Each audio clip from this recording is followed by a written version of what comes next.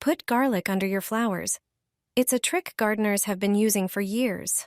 Thanks to it, they can enjoy strong and healthy plants. While most people think of garlic only in the kitchen, it also has properties that work perfectly in plant care. And in a moment, you'll see how simple it is. Just peel a whole head of garlic, sprinkle the thin skins into the pot, then cover them with soil, mix, and plant your flower. From then on, it will draw valuable nutrients straight from the ground. You can also use the skins in another way. Put them in a pot and add about half a quart of water. Let it simmer on low heat for around 10 minutes. Once the skins release their goodness, strain the liquid and add a cup of fresh water. Water your plants with this natural extract once a week. Both methods are incredibly simple. You'll see results very quickly. All it takes are those thin garlic skins.